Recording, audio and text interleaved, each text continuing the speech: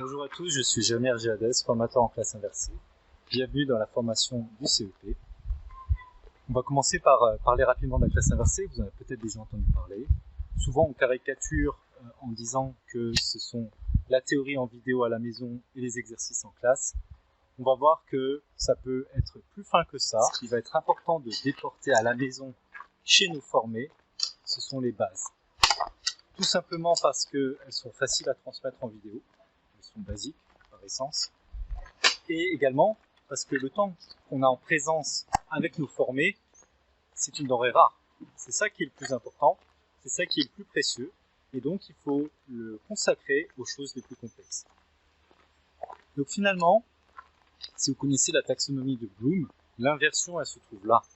C'est que le bas de la pyramide va être fait en extérieur à la maison en amont, et le haut de la pyramide, les choses les plus complexes, seront faits en salle, tous ensemble. D'où l'importance d'être réunis. On ne peut pas tout apprendre à distance sur un ordinateur, sur un téléphone portable, sur une vidéo. Par contre, les choses complexes ont besoin d'être vues en communauté. On est des êtres sociaux qui apprenons tous ensemble.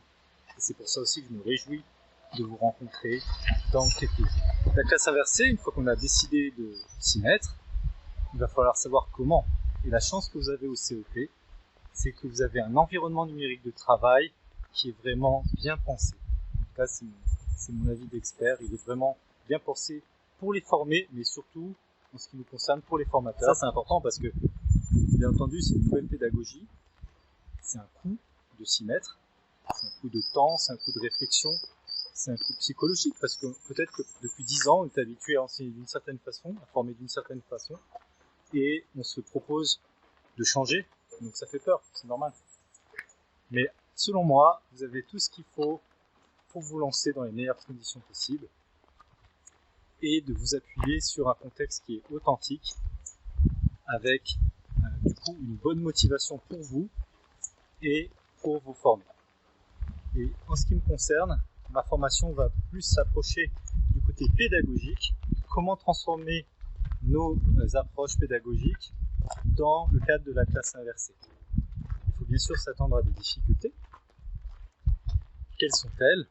Elles vont dépendre bien sûr de chaque branche, de chaque type de personne, puisque l'enseignement est un artisanat.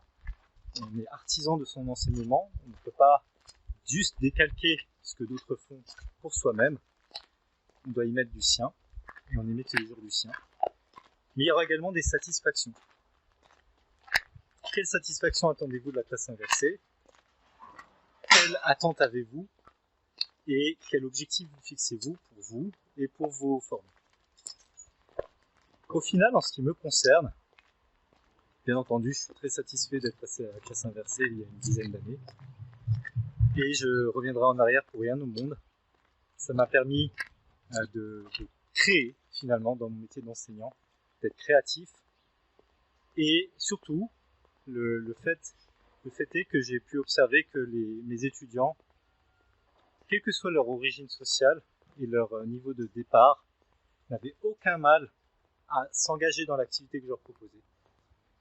Puisque c'était le but de faire des vidéos basiques. Tout le monde peut regarder une vidéo basique et essayer de la comprendre et être tout à fait motivé ensuite pour participer à la formation en présentiel. Dans votre cadre, je pense que l'idée est la même, d'avoir des étudiants qui vont être motivés, puisqu'ils sauront déjà les bases de ce que vous voulez leur transmettre. Ils auront eu un aperçu, ils auront eu un sentiment d'auto-efficacité, parce qu'a priori, puisque la vidéo est basique, ils auront compris tout ce que vous avez commencé à leur transmettre, et vous pourrez aller plus loin avec eux, en toute confiance, vous ayant confiance en eux, et eux ayant confiance en vous. Ça permet finalement d'avoir un premier contact entre le formateur et les formés, et partir ainsi sur de bonnes bases.